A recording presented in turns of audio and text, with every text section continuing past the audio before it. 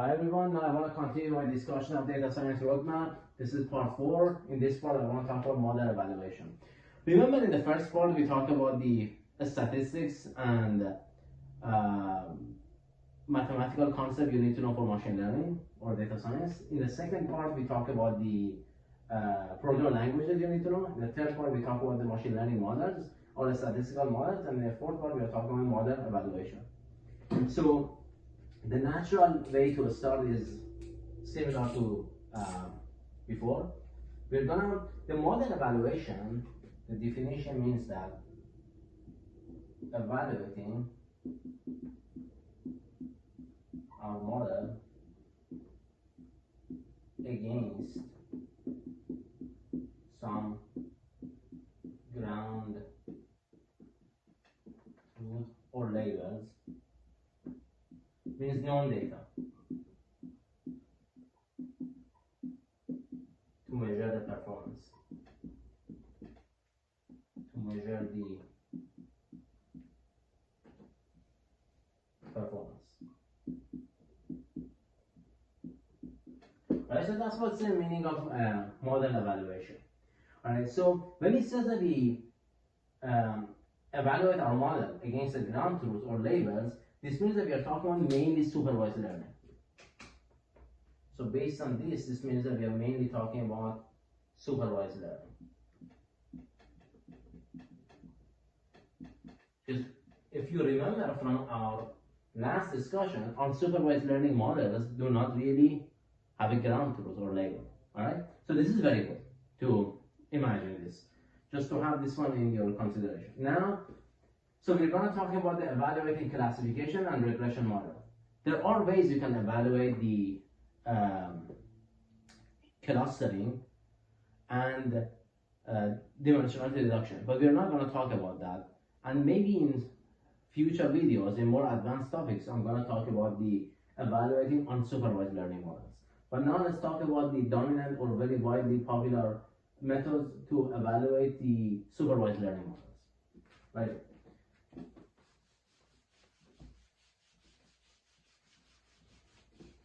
So remember, supervised learning models are divided to two main categories. They are classification and regression. I'm going to start with regression.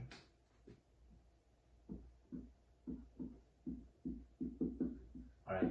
To evaluate the regression model, remember, just recall what's the regression? When the output or target variable is continuous or numerical value.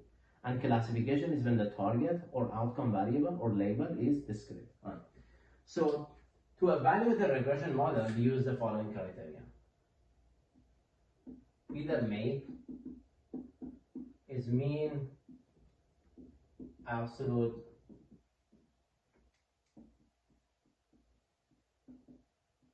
percentage error,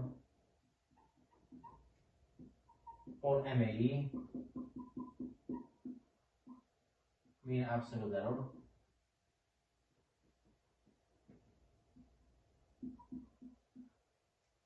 or bias, which is the difference between prediction and true value. MSE and RMSE. RMSE and MSE. So they are root mean square and mean square, right? So root mean square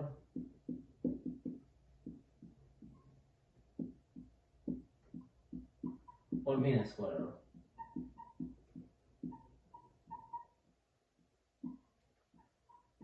Alright, so these are the dominant ways you can actually use to evaluate the regression type problem.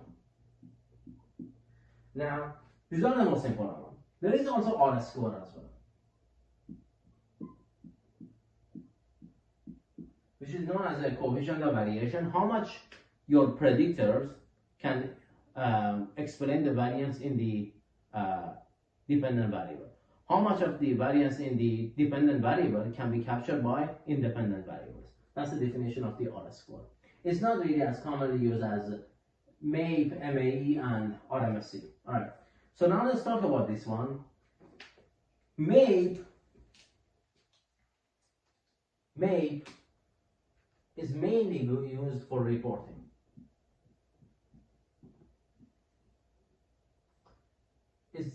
The reason why it's mainly used for reporting is because it's highly interpretable. MAPE is very interpretable. Because it's a percentile, mean absolute percentage error. So MAPE, for example, is 30%. You have 30% error, 40%, right? It's very easy to interpret that. But it has a lot of drawbacks. Remember, MAPE is not symmetric error value. So MAPE actually favors under-biasing over over-biasing. So it has some problems actually associated to MAPE. So it favors lower forecast value than the higher forecast value. So there's some problem with MAPE. MAE and RMSE, they are actually used to evaluate your machine learning models, but they are not really interpretable. Why? Because RMSE, for example, you get to be 142. What does 142 mean? You can compare the RMSE of two models respect to each other. But 142 by itself doesn't tell you anything. It depends on the scale of the data. It depends on the type of data set that you use. It depends how many features that you use to calculate the RMSE, and a lot of experimental setting, right? So MAPE, on the other hand, is really independent. So it's very good for reporting or dashboard. And when you create a dashboard, you actually show the MAPE in the dashboard to the stakeholder, all right? So that's for the regression. There's not a dominant thing. There are more, but this is what they use for the regression technique. There is MACE. There is SMAPE, symmetric, mean absolute percentage error. But the MAPE right now is the dominant in industry. Okay. Now let's erase the board and talk about the classification.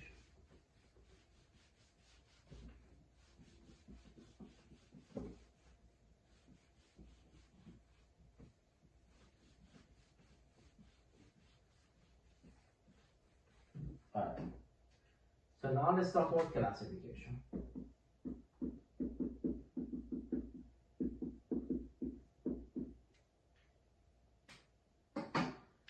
So classification is when the outcome or target value is discrete. These are the dominant methods to actually evaluate the classification model. Accuracy, precision, recall, F1 score, and AUC, area under curve.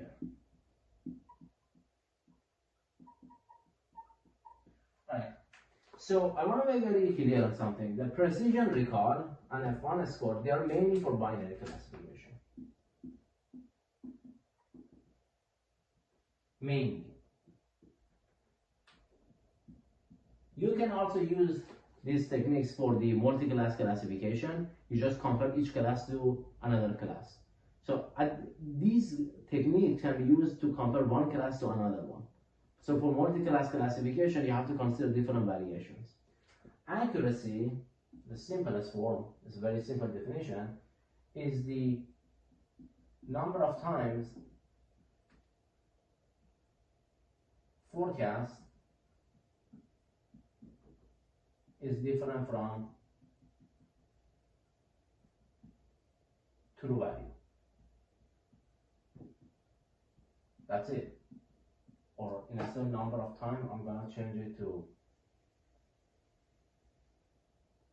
proportion of time, ratio.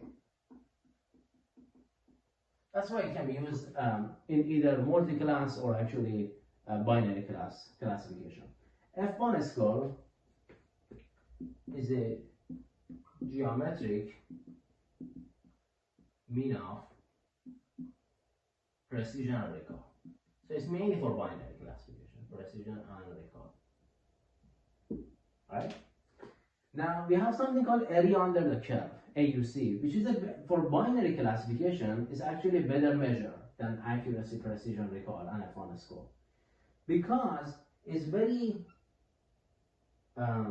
resistant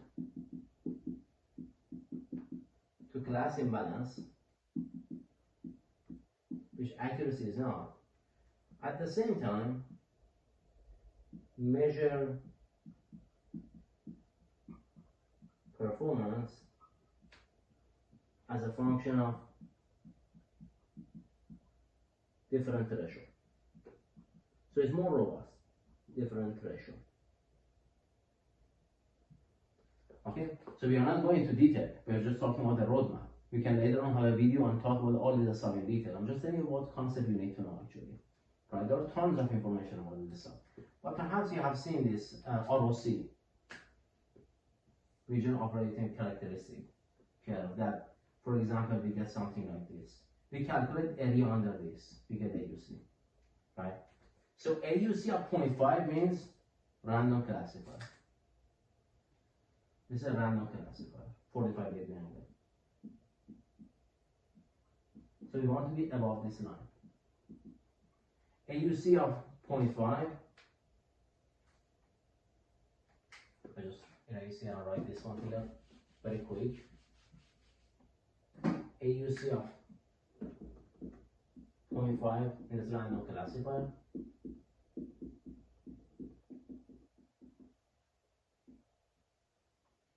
One means perfect classifier, and 0 means it cannot classify anything, perfect classifier. So the higher the better. The higher the AUC, the better the value. And it's highly resistant to classifier. Alright, so that's what I have for the model evaluation of the machine learning models. Leave a comment if you have any question or concern. I do my best to respond to your question. Thank you.